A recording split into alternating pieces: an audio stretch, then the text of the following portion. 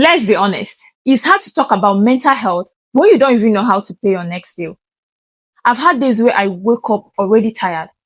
Not because I didn't sleep well, but because my mind is already racing about food, bills, transport, and the future. And sometimes I ask myself, am I stressed or am I just broke? Every time I look at my expenses, my chest tightens. Food that used to cost 100k now takes 300k and it still does not last. Transport that was 500 naira is now 1,200. Even my landlord in the office just increased the rent from 11M to 16M. 5 million. And it's not just about the numbers, it's the anxiety. I find myself calculating and over calculating every single expenses. And sometimes I catch myself doing it and just weep at how bad the system has become. And to save money, I've stayed indoors more than I ever wanted to. You'd think that would help, but instead, it only made my mental health worse because isolation on top of financial pressure. For many of us, it is survival mode 24/7. You wake up hustling, you sleep thinking of bills, and even when you try to rest, guilt eats you up because you should be working, you should be doing more.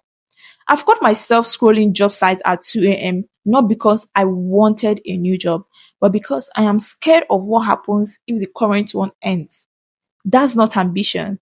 That's just fear wearing ambition's clothes. And this survival mode doesn't just drain us financially, it drains us emotionally. Your friendship and your relationships suffer because you don't have money to show up to maintain it. So you cancel again, again, and again. And before you know it, you are isolating yourself even further from your community.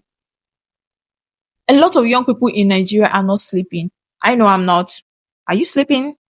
Last week, I probably got about 20 hours of sleep in total, not per night. Total. My mind just wouldn't shut off. I'd lie there thinking of bills, my goals, and what I haven't achieved. By morning, my face would look like it's literally crying for help. At one point, I didn't know what I would have done without sleeping pills. You see my face, this thing. It's because of lack of sleep. That's how bad it got. And I'm not the only one dealing with insomnia. Like this has quietly become our generation's sickness. Young people in their 20s dealing with insomnia. Why? Another thing that weighs heavy is shame. You feel like you are failing because you can't save.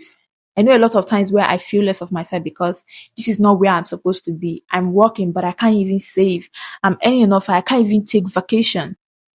But the thing is, even people earning double or triple are also drowning. So it's not my shame to carry, it is the system that keeps on squeezing us.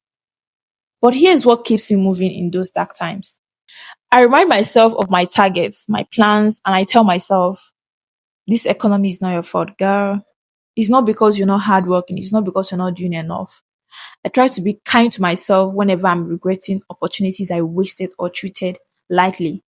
Sometimes I even cry, let off this thing, and then re strategize. Because the truth is, I am sad, I feel helpless, and yes, I get depressed. But the worst thing I could do is stop moving. Doing nothing, that's when you are truly finished. And the irony, the kind of help we really need, therapy, counseling, proper mental health care, cost money. We don't even have that. So most of us are left to figure it out alone.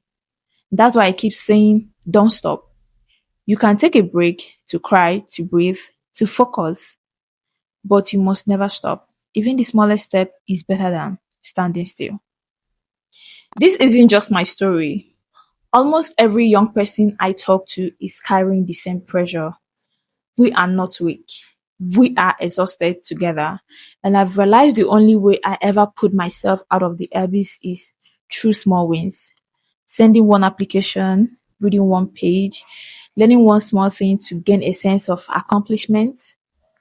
The hope doesn't come all at once. It comes in pieces. But it's those pieces that keep you going. What I've learned is this: mental health isn't separated from money, from work, from survival. It is all connected. So if you are feeling anxious, tired, or even numb, don't beat yourself up. It is not a you problem. It is the weight of everything we are all carrying. So let me ask you, what is the hardest part for you? The sleepless nights, the money stress, or just the burnout?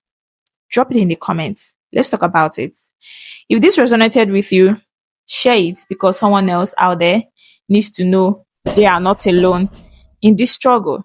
Thanks for watching, and I'll see you in the next one.